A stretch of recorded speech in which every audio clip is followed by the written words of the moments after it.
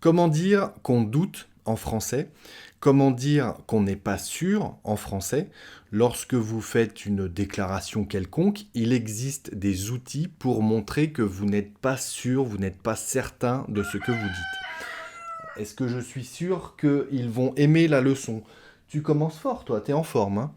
J'espère, en tout cas, on va voir comment exprimer le doute en français. Je vous demande de prendre un papier, un crayon, un petit peu de concentration et on revient juste après ça.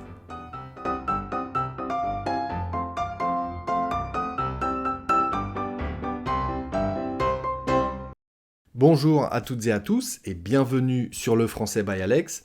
Je m'appelle donc Alex, j'ai créé cette chaîne pour vous aider à améliorer votre français, pour vous apporter des astuces pour mieux parler français comme un Français de France en tout cas.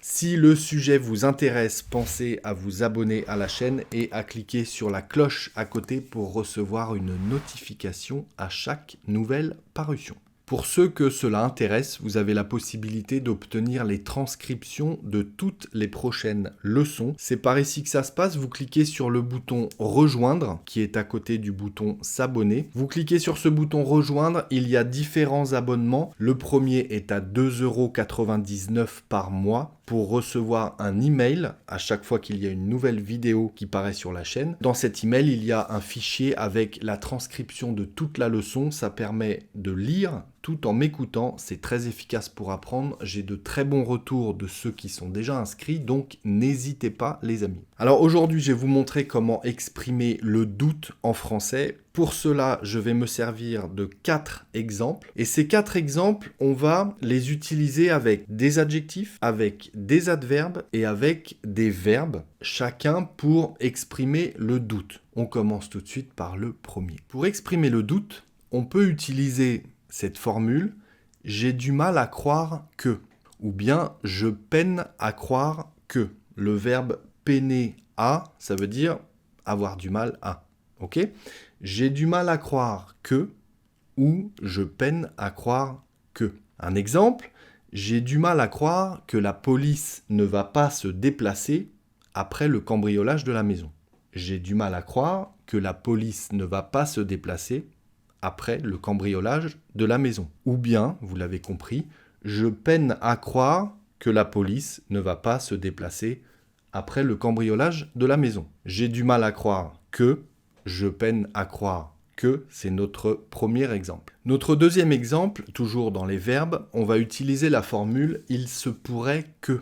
On peut aussi utiliser « il se peut que » et « il est possible que ». Tout ça, ça veut dire la même chose, c'est pour exprimer le doute, pour exprimer une possibilité, mais on n'est pas sûr. Il se pourrait que, il se peut que, et il est possible que. Un exemple, c'est le deuxième. Il se pourrait que nous allions au concert de vendredi. Il se peut que nous allions au concert de vendredi. Il est possible que nous allions au concert de vendredi. Troisième exemple, avec un verbe, on peut dire émettre des réserves. Okay ? Une réserve, c'est une condition qui doit encore être validée pour que la chose se fasse, en quelque sorte. Donc, émettre une réserve, ça veut dire montrer qu'il y a encore le doute sur quelque chose, on préfère émettre une réserve.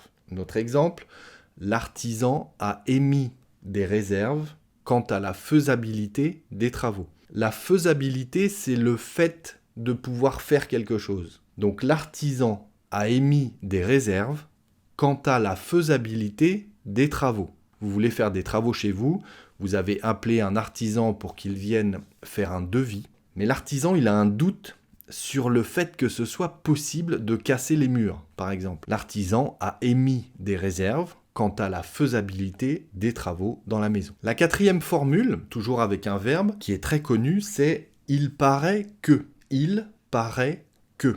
Ça veut dire « j'ai entendu dire que ». Je ne suis pas sûr, je ne sais pas si c'est vrai. Il paraît, par exemple, il paraît que l'examen a été reporté à la semaine prochaine.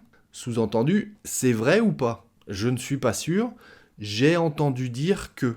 Il paraît que l'examen a été reporté. On va maintenant reprendre les mêmes exemples, mais on va utiliser des adjectifs. Notre cinquième exemple, on va utiliser l'adjectif improbable. On va reprendre l'exemple avec la police et le cambriolage.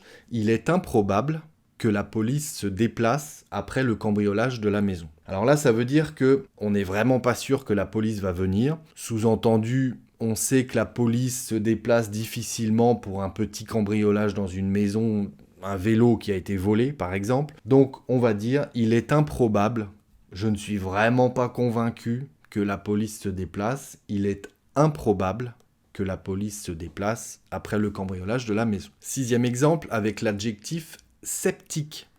Être sceptique. Je suis sceptique quant au fait que nous allions au concert de vendredi. Je suis sceptique, ça veut dire que j'ai de gros doutes par rapport au fait que nous allions au concert de vendredi. D'accord ? Je suis sceptique. J'ai de gros doutes. 7e exemple. Être prudent. Être prudent quant à quelque chose. En fait, c'est l'utilisation de quand, Q-U-A-N-T, qui va donner du sens à la phrase. Être prudent quant à la faisabilité de quelque chose, par exemple, si on prend l'exemple avec l'artisan reste prudent quant à la faisabilité des travaux dans la maison. Ça veut dire qu'il n'est pas sûr et certain de pouvoir les faire.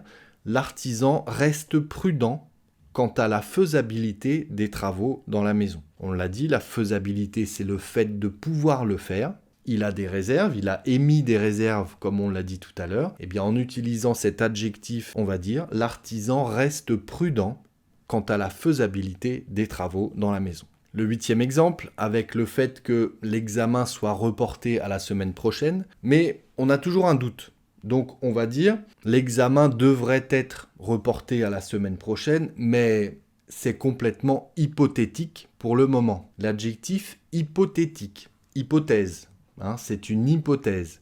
C'est hypothétique. Tu es sûr que l'examen est reporté à la semaine prochaine ? Non, je ne suis sûr de rien, c'est totalement hypothétique. C'est du langage relativement soutenu, d'accord, cet adjectif hypothétique qui veut dire que ce n'est que mon hypothèse. Je suppose que c'est hypothétique. On passe aux adverbes à présent avec notre 9e exemple. Donc on va reprendre notre histoire avec la police et le cambriolage. Le 9e exemple, on va utiliser l'adverbe apparemment. Apparemment, ça veut dire que on n'est pas sûr du tout. Apparemment, il semblerait que, apparemment, la police ne va pas se déplacer après le cambriolage de la maison. Apparemment, la police ne va pas se déplacer. Ça, on l'entend très souvent. Vous le savez, j'avais fait une leçon sur les adverbes il n'y a pas très longtemps, que vous aviez particulièrement apprécié, il me semble. Eh bien, apparemment, c'est un adverbe qu'on entend très très souvent au quotidien en français, donc n'hésitez pas à l'employer. Apparemment, la police ne va pas se déplacer après le cambriolage de la maison. Notre 10e exemple, c'est l'adverbe certainement. Attention, certainement, c'est un faux ami, on va dire, parce que la racine de certainement, c'est certain. Donc certitude, être sûr d'eux, être certain d'eux. Et pourtant, en français parlé, quand on dit certainement, ça veut dire peut-être. On l'utilise pour exprimer le fait qu'on n'est pas sûr, finalement, en français parlé. Nous allons certainement aller au concert de vendredi. Nous allons certainement aller au concert de vendredi. Ça ne veut pas dire qu'on est certain d'y aller. Ça veut dire que nous allons peut-être y aller.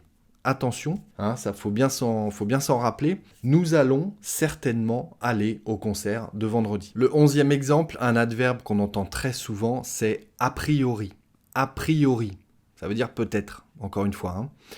A priori, l'artisan a des doutes quant à la faisabilité des travaux dans la maison. A priori, l'artisan semble douter. A priori, il semblerait que l'artisan ait des doutes quant à la faisabilité des travaux.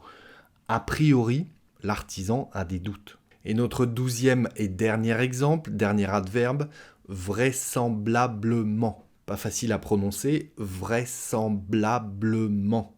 Vraisemblablement, l'examen devrait être reporté à la semaine prochaine.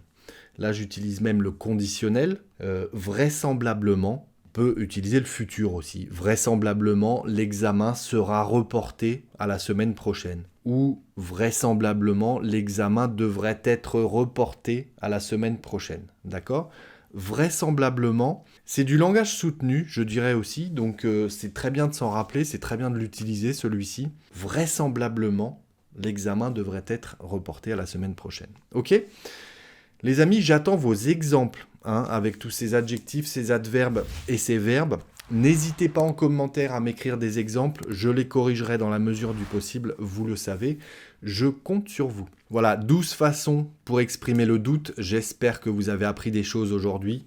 4 adjectifs, 4 adverbes et 4 verbes pour montrer le doute en français. Merci d'être restés jusque-là les amis.